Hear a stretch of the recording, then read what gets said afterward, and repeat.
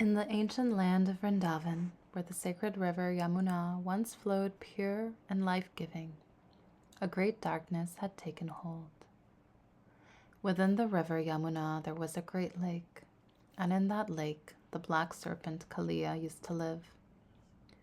Because of his poison, the whole area was so contaminated that it emanated a poisonous vapor. The whole river that ran before Vrindavan was now deadly. The Supreme Lord had not come to Vrindavan merely to tend cows and play his flute. Krishna, who had descended to this world to restore what was sacred and remove what was harmful, surveyed the darkened river. And he acted. Without hesitation, without fear, he climbed to the top of a tall kadamba tree on the riverbank, and with a thunderous sound leapt into the heart of the poisonous lake. Kaliya felt it, a disturbance deep within his domain, and in his heart rose a fury he could not contain. Rising from the depths, the great serpent lunged and wrapped his mighty coils around the small divine form of Krishna, constricting with all his fearsome strength. On the riverbank, the cowherd boys who loved Krishna more than their own lives stood frozen.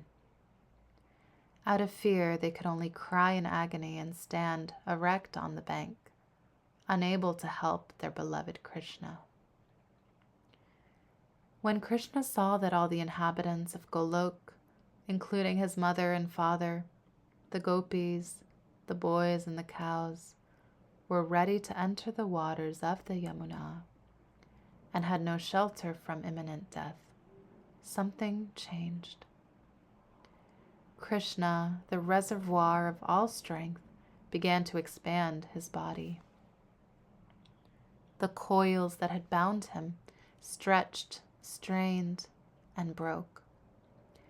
As Kaliya writhed and thrashed, Krishna moved with him, circling, pressing, drawing the serpent into exhaustion. Gradually, the great Kaliya weakened, and in that moment, Krishna leapt. He landed upon the serpent's hoods. Kaliya had 100 hoods, and upon every one of them the Lord danced. His lotus feet pressed down with a weight that was not merely physical, but cosmic. Fire and poison poured from the serpent's mouths. His body shook under the kicks of the Lord. The dark waters swirled with the violence of it. And yet Krishna danced, not in anger, not in cruelty, but as the master of all things, restoring order through the sheer power of his divine will. One by one, the hoods were subdued. One by one, Kaliya was brought to the edge of his own existence, until at last the serpent understood. This was no ordinary child. This was the Supreme Personality of Godhead. Even in the midst of punishment, grace was near. The Nagapatnis, the wives of Kaliya, came forward with folded hands and tears upon their faces. They were astonished by a mystery even they could not fully understand. Their husband, a serpent born of grievous sin, was now receiving the touch of the Lord's own lotus feet upon his hoods, a blessing that saints and sages meditated lifetimes to receive. How had such a wrathful, venomous creature come to be touched by the Lord himself? With humility and love, the Nagapatnis prayed, not for their own sake, but for his. They knew that Krishna was the shelter of all who surrendered, and so they pleaded, release him, not because he deserved it, but because mercy is the nature of God. Kaliya, regaining consciousness beneath the weight of those divine feet, opened his eyes. and he prayed. "My Lord," he said, "I was born a serpent. Anger is in my very nature, placed there by the modes of this material world. You know how difficult it is to abandon one's natural instincts. I have acted according to what I am. I cannot free myself from Maya, from the illusion that binds all living creatures, without your mercy.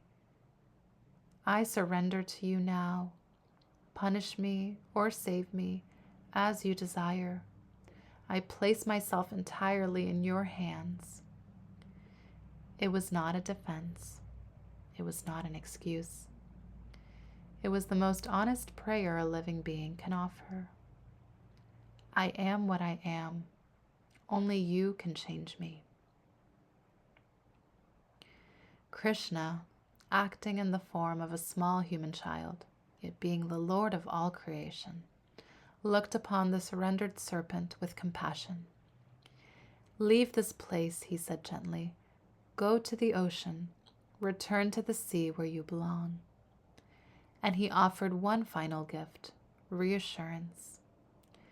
Kaliya had first fled to the Yamuna out of fear of Garuda, the mighty eagle carrier of Vishnu.